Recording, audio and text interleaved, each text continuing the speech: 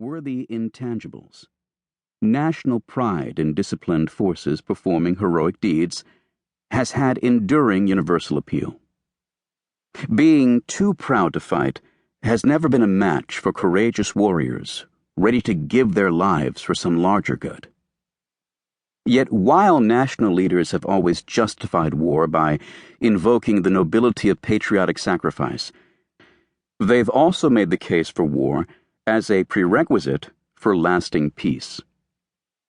How many in the aggressor nations in 1914 or 1939, however, especially the mass of Germans who rallied to Adolf Hitler's marching orders, would have chosen war if they knew what costs and suffering these conflicts would produce, without the promised respite from bloodshed? The horrors of the years between 1914 and 1945 undermined the belief of even the most confident advocates of military action that they could turn the world toward long-term peace. The brutal trench warfare and strains on civilian populations of 1914 through 1918 that destroyed 18 million lives convinced some observers in the 1920s and 30s that total war between advanced industrial societies was too destructive to victors and vanquished alike to let countries ever fight again. As French Premier Georges Clemenceau said after 1918, war is a series of catastrophes that results in a victory. Although a formidable pacifist movement sprang up in Europe and America after 1918, millions of people, especially in the defeated nations, turned the war into a holy crusade. They prided themselves on having fought for a larger good, believing the sacrifice of so much blood and treasure a noble enterprise. This pride, combined with the losers' passion for revenge and the economic collapse of the 1930s, renewed millions of people's faith in the regenerative powers of violence. It allowed Hitler to launch Germany and ultimately all Europe and the world into the Second Great War in a generation. The savagery of the conflict, however, makes it difficult to understand how anyone in Germany, Italy, Japan, and Russia, the aggressor nations, could have justified it as worthy of moral support.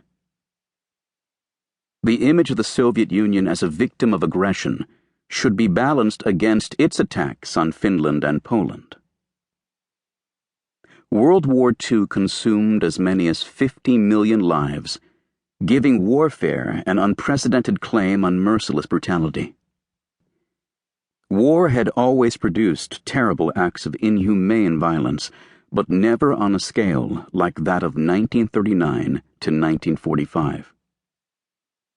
The war may be recalled not just as an all-out conflict between belligerents, but also as the collapse of civilized behavior.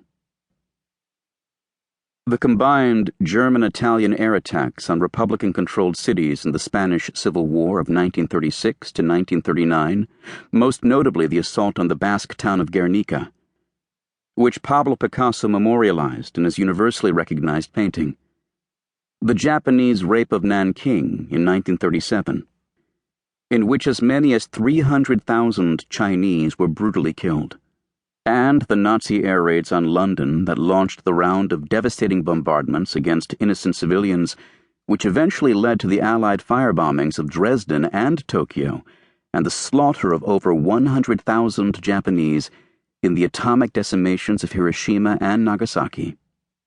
All were calculated acts of destruction in the service of what the belligerents justified as self-defense and deserved punishment of ruthless enemies.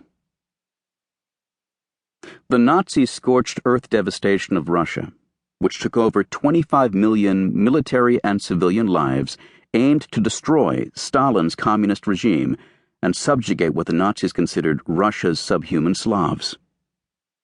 An orgy of rape and killing by invading Soviet troops in Germany in 1945 was accepted by most people in the West as understandable, if not justifiable, acts of revenge. By contrast, the massacre of over 20,000 Polish officers by the NKVD